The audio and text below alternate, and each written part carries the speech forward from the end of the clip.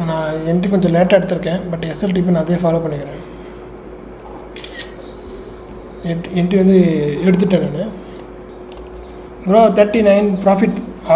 Profit சொல்கிறப்பெல்லாம் எனக்கு வந்து market structure shift கொடுத்துட்டுச்சு. இனிமேல் சின்ராஸை கையில் பிடிக்க முடியாது.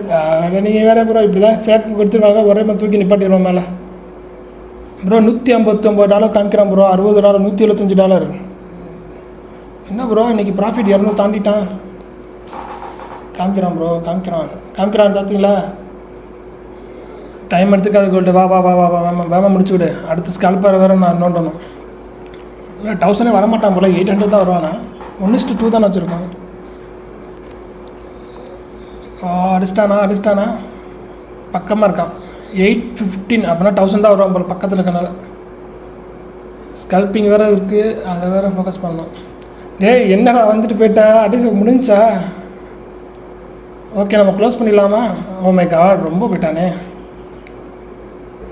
டேட்டை க்ளோஸ் பண்ணிட்டேன். ஸோ நான் இங்கே ஸ்கல்பிங்கை பார்த்துக்கிறேன். அதை நீங்கள் வேறு ப்ரோ இப்படி தான் ஃபேக் கொடுத்துருவாங்க, ஒரே மாதிரி தூக்கி நிப்பாட்டிடுவோம் மேலே.